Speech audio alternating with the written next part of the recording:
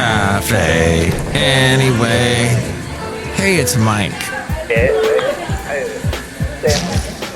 Mike's Daily Podcast. episode 2705, 2705. It's Mike Matthews, your friendly neighborhood podcaster. I'm not an influencer. Mike's Daily Podcast. Just a podcaster. It's enough responsibility to have, to be a podcaster, to maybe laugh at the things in life that make you chortle with laughter, because I am your portal into the interesting things going on in this world, maybe, possibly a little bit. Mike's Daily Podcast. I'm throwing a little stuff out there that you might find interesting. Hey, and this has been a great intro song. Mike's You need that Daily for your podcast. Podcast. That's called Mike's Daily Podcast. Yeah. Perhaps you're listening to this on the 10th and you're celebrating National Vanilla Cupcake Day. The vanilla cupcake. The boringest cupcake that exists. Where is my pumpkin cupcake that's got a little bit of vanilla icing on the inside? That I like. And it's also National Forget-Me-Not Day. There was a song by Bad English called Forget Me Not. John Waite sang it. It featured Neil Schon of Journey and Jonathan Cain of Journey. And Jonathan Cain and John Waite's worked with John Waite, right? That's what I just said? Well, they were in the Babies together. So they performed, and that song was a rocker. And they also did When I See You Smile. That was their big number one hit, though. And then they did one more album and they disappeared. And they tried to bring back Journey again, and that kind of fell apart. So, it didn't kind of fall apart. It utterly, completely fell apart. And toodaloo, Steve Perry. And Old Journey gets a new guy from the Philippines named Darniel Peña. And there we go. Everything goes great. And here's today's podcast picture. National Forget-Me-Not Day. Oh, by the way, the podcast picture is from a wonderful cruise that I took. Not Cruise, not that awful company that wants to kill all pedestrians everywhere. Oh, we're going to change our complete... First off, they were in Flynn with San Francisco. San Francisco's like, all these driverless cars. It's going to be great. We'll be so modern. The most modern city in the world with tech and everything. Oh, driverless cars. And then someone gets hit and dragged, and San Francisco's still not doing anything. And then the DMV. This is what the DMV sounds like. They're growling. They're like, no, we ain't gonna allow this. And then Gavin Newsom finally said something. No. That's what he said, like the late, great Basil the Boxer, who would go, I want to chase that thing that just ran in front of me. Squirrel, rabbit, cat, whatever. That's what it was. It finally came down to that, to pressure from multiple fronts, because San Francisco wasn't going to do anything about it. Even though there were protests, nope. They were, I'll just roll it. Was it London that decided? I forget if she was pro or against Cruz, but now Cruz, and not Ted Cruz, because that's a whole other thing to get me angry. The werewolf in mid-transformation. But no, thank you, Seth Meyers, for that. But no, it is, in fact, Cruz is having to revamp everything and follow the rules and put pedestrians' lives in front of everything else, because, oh, you know what? They do matter. Pedestrians do matter. So take that, Cruz. Where was I? Oh, National Forget-Me-Not Day. Because that's what it is if you're listening to this on the 10th. It reminds Americans of the sacrifices returning soldiers have made of body, blood, and limb. Created in 1921, the day reminds Americans that National Forget-Me-Not Day originally raised funds for services for returning injured soldiers. Mike's Out of Left Field recordings. Recording everything captures actions that will never again be repeated. And yes, Veterans Day is on Saturday, on the 11th. The 11th is also Singles Day, and Alibaba does their big day. Not day is, though, on the 10th. And that's from the National Day calendar. Thank you so much for doing that, letting us know little things. You know, people go, oh, well, I don't care if it's not Thanksgiving. I don't care what today is. Leave me alone with all your days. You're just making this stuff up. And they sound like that when they talk. So, thank you. You're welcome. Where was I? Oh, this is an important podcast that I plan out meticulously beforehand. And I write it all out in very detailed scripts. So Gen Z has decided that retirement is overrated. Now, when I was a youngin', I'm a Gen Xer. So, hey, thank you. You're welcome for this whole Gen this, Gen that. Gen X, I guess, so Gen Zers are in their 20s. The Daily Haley. The Almost Daily Haley.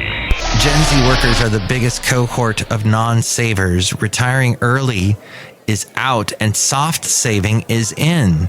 Newly minted adults between the ages of 18 and 25 are more interested in experiences that promote personal growth and emotional well-being. Experiences. That's what they want. Which I don't think is entirely different from what we were. Mike's Matthewsman Park. The front panel will close automatically. Please remain seated at all times. Roughly 3/4 of Gen Z Americans said today's economy makes them hesitant to set up long-term financial goals. A few years back, Gen Z supported FIRE. That's an acronym that stands for Financial Independence, Retire Early. But putting enough aside to get there proved increasingly difficult as we go outside a Café Anyway, where we bring you Mike's Daily Podcast. Somewhere in Podcastro Valley. Anyway. The last place on earth. You know, that is a story I heard on Marketplace today about with the Hey, everybody, it's Kai Rizdal. Let's take a look at the markets after this. This is Marketplace. But he was talking to somebody, I think, from the Washington Post who said that there's this whole economy now of influencers. People making money on YouTube and TikTok. But they're not, but you know, to the average person who doesn't think that much about this stuff, they may think, oh, anybody who's on YouTube or TikTok makes money. Nope. It's a 1% thing. 1% makes the millions. The Mr. Beast or whatever he's called. Those people, they're making a lot. And it's probably a lot that I don't know if they're entirely making that off of YouTube or TikTok. I think it's more through all the deals that they've made with their brand, with what they are. But then there are all the struggling people. They make a little bit of something.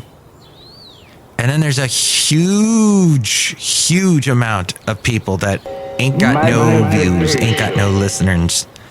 And it's true, like YouTube, I got no listeners at all because I don't video this. I don't see the point. Why would you want to look at me? Moving my mouth, moving my lips up and down. Who cares? My jaw, the jib jab. No, it's more of an audio thing. So I just put up the audio on YouTube, so nobody cares about that. And I put this podcast in multiple platforms. It's all across the internet. Because I don't know if YouTube's going to suddenly take umbrage with something I say and shut down the whole channel. They almost did that about 2 years ago because I was talking about ballot harvesting and I didn't know what it was. So I started just researching it and reading what I was seeing on the internet about it, and they shut me down for about a week. But I don't make any money off this anyway, so I don't care. But I am on multiple platforms, so it's going to be far more difficult for the internet to shut Mike's Daily Podcast down. Plus, I have my internet on the internet, I have my website, MikesDailyPodcast.com, where you can see the podcast picture. So there is a lot of people trying to make money at this. There's some questions about, can the government help people that are in this industry, which makes no sense to me. Why would you want to put money, why should our taxpayer money go to helping influencers? And now we return you to our regularly scheduled program with Mike Matthews. Magnification. Ginormous. This world does not owe you a job in influencing. You do it because you're having fun, and maybe some people appreciate what you do, and then you make money. If a lot of people appreciate what you do, then you've just hit the gold mine. You've lucked out. You've become a rock star. Now, there was once upon a time everybody wanted to be a rock star. That's why American Idol got so popular. Now everybody wants to be an influencer. Well, if you ain't going to make it as an influencer, then you shouldn't be subsidized by the American government. The Marco Minute. The Marco Minute.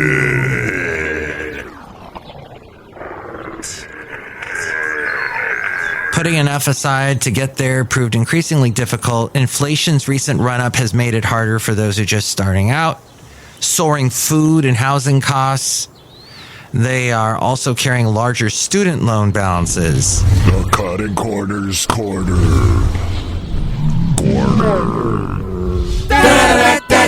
The Cutting Corners Corner.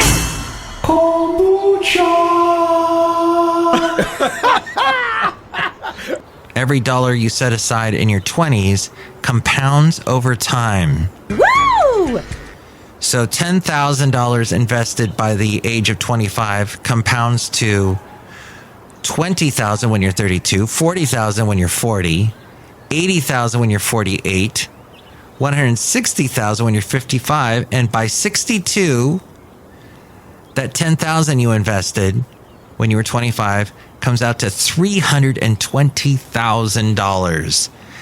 I got all that from Rob Black. He does a podcast that I produce. He also does a radio show on AM 1220 KDOW, and he is on Cron Television. Does a 5-minute or so news segment about money. Now, he also says the holiday spending outlook is looking sluggish as holiday shopping season begins. There's lack of big orders from retailers, and that is causing fears consumer spending will be weak. The largest retailers are past working through their excess inventories, but they're careful not to over-order. The economy is, and if you were Scottish, you'd say, they're being careful not to over-order. I discovered that's how they talk.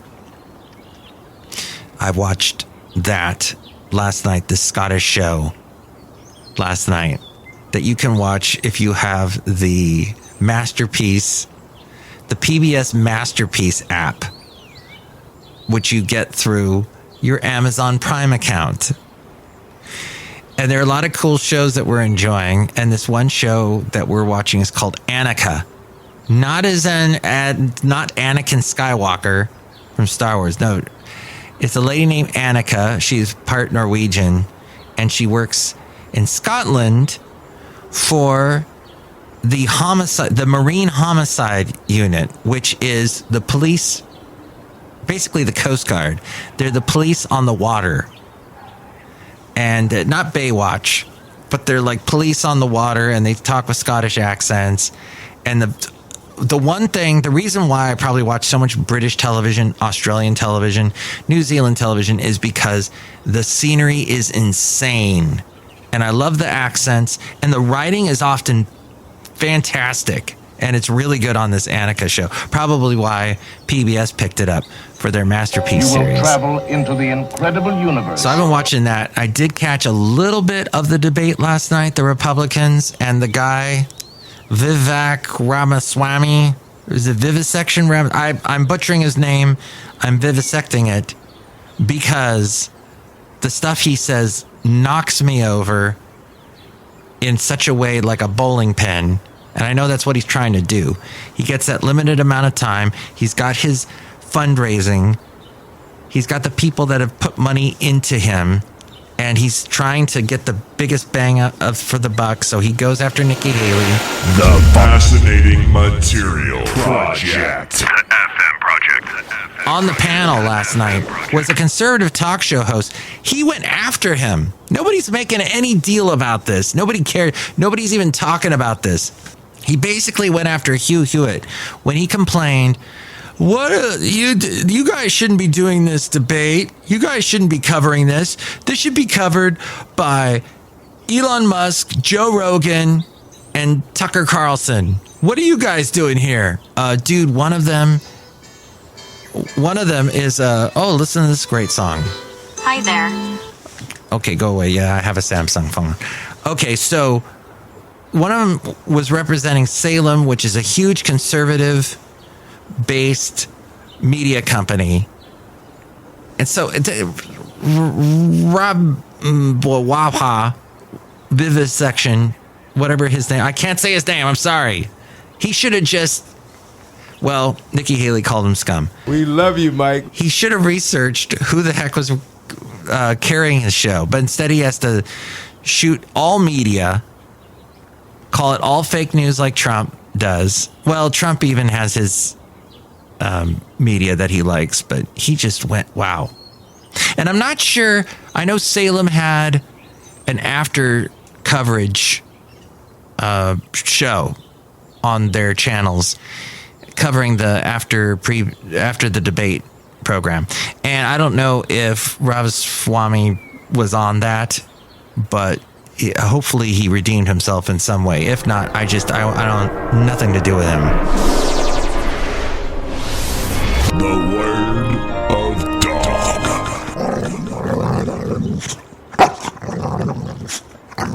I know there's a lot of bad media. There's awful media everywhere. But there's a lot of people trying. And, just a brush stroke. Okay, not this is any good media. I'm outside of a cafe. How on earth is this supposed to be good media? But I'll tell you one thing. I can talk with a Scottish accent and say words like, over order, are.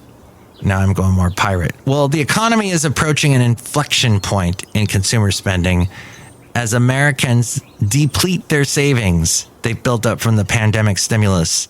Loan and credit card delinquencies are on the rise in lower income homes, and yet the consumer is still spending on the rise in the middle and upper class. The spending is on the rise in the middle and upper class.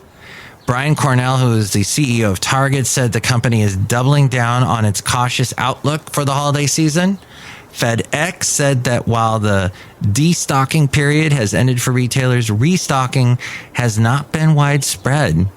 So, the products that are experiencing the biggest pullback, ranked in order, include appliances, furniture, household goods, luxury items, and aspirational luxury. They are experiencing a destocking. Appliances, furniture, household goods, luxury items, and aspirational luxury. Does that mean that stuff's going to cost even more because there's going to be less of it, supply and demand and all that? I don't know. But, you know who's rebounding from a luxury slowdown is the eyewear brand Barton Perriera. James Bond wears that apparently. Yeah. Tesla, and LVMH just bought them. Tesla is making a car that is going to cost about $27,000, possibly. A fine article. You silly, great, fat article. Global eyewear sales topped $107 billion in 2022. So, yes, it's a big thing. I'm wearing some eyewear now because, well, in your 50s, even if you got eyes that have been working all your life, you start to need stuff. You start to need to wear glasses because you're getting old. But that's okay. Thankfully, there's lots. The glasses I get at the Dollar Tree or the dollar store, whatever it's called, is those have been working for me, even though they're probably killing my eyes. Yes. All right. Try to go see an optometrist soon, Mike. Outside a Café Anyway, somewhere in Podcaster Valley, look who's here. Hello, Mike. It's Madame Rootabega, and I love your glasses. Oh, yeah. Even the little duct tape that's on it. Yes, I find that very cute. Oh, excellent. Well, do you know what happened on the 9th? I'm actually recording this on the 9th. But Secretary Granholm came to California, the U.S. Secretary of Energy, Jennifer Granholm.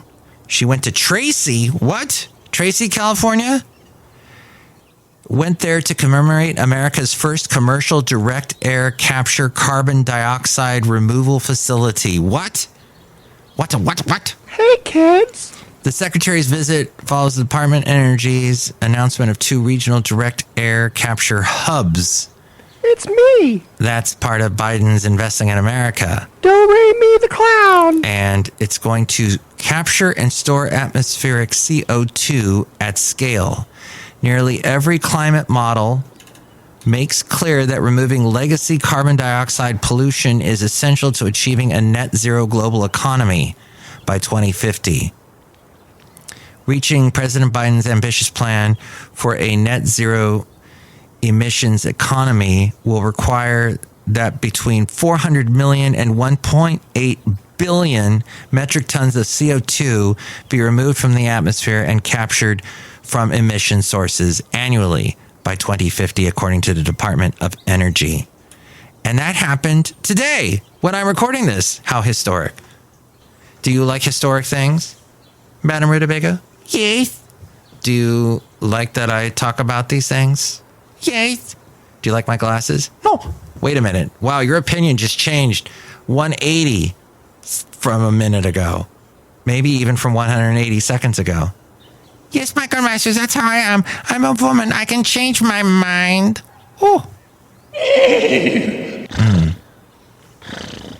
Do you know who else was a woman who liked to change her mind? Because she's a woman. Da-da-da-da. Hedy Lamarr. It was also her birthday today.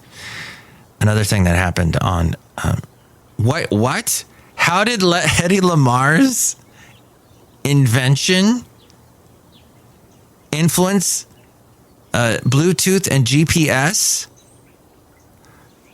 Apparently, her invention of frequency hopping. Oh! It helped with wireless communications. Frequency hopping is a technique that allows a signal to switch between different frequencies in a random or predetermined pattern, making it harder for an enemy to jam or intercept the signal. It was widely used, this technique, in modern technologies such as Wi-Fi, Bluetooth, and GPS, which rely on wireless transmission of data over radio waves. Look at that. I remember something about that she had an influence on Wi-Fi. So there you go. Has influenced many modern technologies that we use today. Look who else is here. Hello there, Mike. This is Valentino, the parking attendant. And this is Bison Bentley. Do you know that? Mike, sorry to bother you right now, but we're having a breakdown. Yeah, an anxiety attack. Do you know that? Oh, sorry, guys. Everything's going to be okay. Just hang out there at your parking lot booth and it's all going to be good. Okay, Mike. Thanks. Yeah, thank you. Do you know that? People always come to me when they're having anxiety attacks. Am I a dang therapist? If I am, I need to make therapist money. Wow. Everybody calls me when they're freaking out. And it's like, okay, what do you do? Hey, ChatGPT. Let me ask you a question. Let's see if it can hear me. What do you do when people call you when they have an anxiety attack? I wonder what it's going to say. It also recorded me saying, I wonder what it's going to say. And I'm sorry to hear that you or someone you know is struck. Oh, man. Dealing with anxiety. Anxiety can be very difficult to cope with, but there are ways to help yourself or others who are experiencing it. Some of the things that I do when people call me when they have an anxiety attack are: I listen to them with empathy and compassion without judging or dismissing their feelings. I try to understand what they are going through and validate their emotions. I encourage them to breathe slowly and deeply and guide them through some calming exercises. Okay. I remind them that they are safe and that the anxiety will pass. I also help them to focus on the present moment and their surroundings rather than their worries or fears. I offer them some positive affirmations and coping statements, such as, you are strong and capable, you have overcome this before, and you can do it again, or this is temporary, and you will feel better soon. I ask them if they need any additional support, such as calling a friend, family member, therapist, or helpline. I also suggest some resources that they can access online, such as this article on how to help someone with anxiety, or this website on how to manage anxiety attacks. I follow up with them later and check how they are feeling. I praise them for their courage and resilience and remind them that they are not alone. These are some of the ways that I try to help people with anxiety, but I also recognize that everyone's experience is different and what works for one person may not work for another. That's true. Therefore, I always respect their preferences and boundaries and ask them what they need from me. Okay. I also encourage them to seek professional help if their anxiety is interfering with their daily functioning or quality of life. I think you covered that. I hope this answers your question. What you want to talk more about anxiety or anything else, I'm here to chat. Okay, I wouldn't trust you really because you're just a GP thing. I mean, an app, a chat GPT. Something like that. But thank you. Thank you for that. You didn't mention a paper bag at all. So that makes me really question everything you just said. So next show, it's going to be the next Chely Shoehart. It's going to be on the next show. Chely Shoehart, Floyd the Floorman, John Deere the engineer. If you would like to call me and give me your advice for people having anxiety attacks, here's the number you can call. Call Mike at the Café Anyway hotline. Area code 510-228-4640. With more ways to reach me. It is A-Frame. And this time, A-Frame's going to jump right in here and say her thing, right? Hopefully. Gosh, I get so technically befuddled in this part of the show for some reason. Thank you for listening. Mike's Daily Podcast is written and produced and performed by Mike Matthews. His podcast is super easy to find.